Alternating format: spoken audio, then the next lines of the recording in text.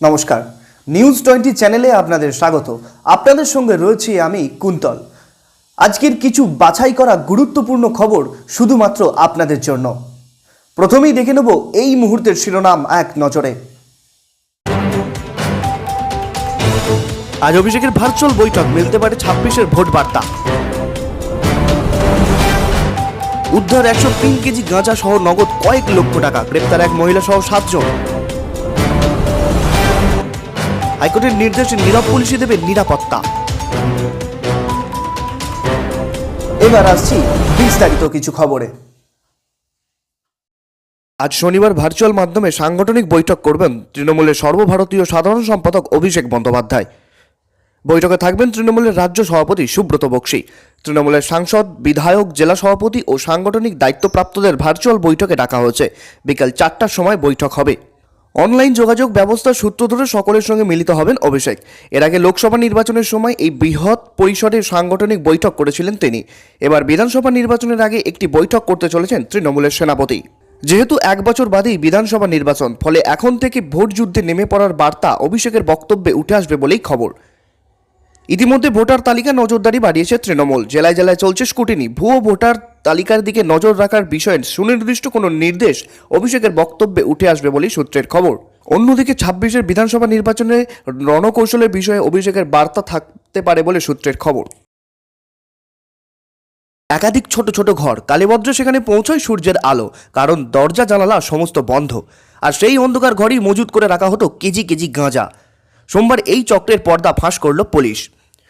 হুগলির পান্ডুয়ায় ধরা পড়ল বড়সড় গাঁজা পাচার চক্র। উদ্ধার করা হয়েছে 103 কেজি গাঁজা সহ নগদ 2,99,800 টাকা। গোপন সূত্রে পুলিশ খবর পায় উড়িষ্যা থেকে বিপুল পরিমাণ গাঁজা পান্ডুয়ায় নিয়ে আসা হচ্ছে।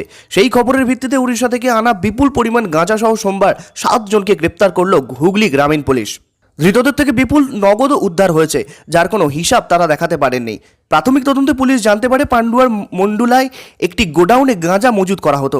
সেই গোডাউনের মালিক ছোটুলাল সাউ। অভিজিৎ সিনহা মহাপাত্র জানান, গাঁজা পাচার করার চেষ্টা করা হচ্ছে সেই খবর পুলিশের কাছে ছিল। সেই মতো মগরা থানা এবং পান্ডুয়া থানাকে সতর্ক করা হয়। 4টি গাড়ি দেখে সন্দেহ হয় পুলিশের। জামগ্রামে গাড়িগুলি ঢুকতে সেই গাড়িগুলিকে আটক করা হয়। সেই গাড়ি থেকে উদ্ধার হয় 103 কেজি গাঁজা। ঘটনায় এক মহিলা সহ মোট 7 জনকে গ্রেপ্তার করেছে পুলিশ। দোলযাত্রার কয়েকদিন আগেই যোগেশচন্দ্র চৌধুরী ল কলেজে আবির খেলা নিয়ে ঘটে চাঞ্চল্যকর ঘটনা।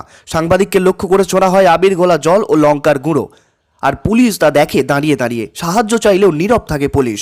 এবার সেই পুলিশকেই যোগেশচন্দ্র চৌধুরী ল কলেজের নিরাপত্তার ব্যবস্থা করতে হবে। বৃহস্পতিবার এক নির্দেশে একথা জানালো কলকাতা হাইকোর্ট। বুধবার যোগেশচন্দ্র চৌধুরী ল কলেজে পড়ুয়াদের একাংশের অভিযোগ, ক্যাম্পাসের ভেতরে ঢুকে বহিরাগতরা তাঁদের গায়ে রং জল ছুঁড়েছে।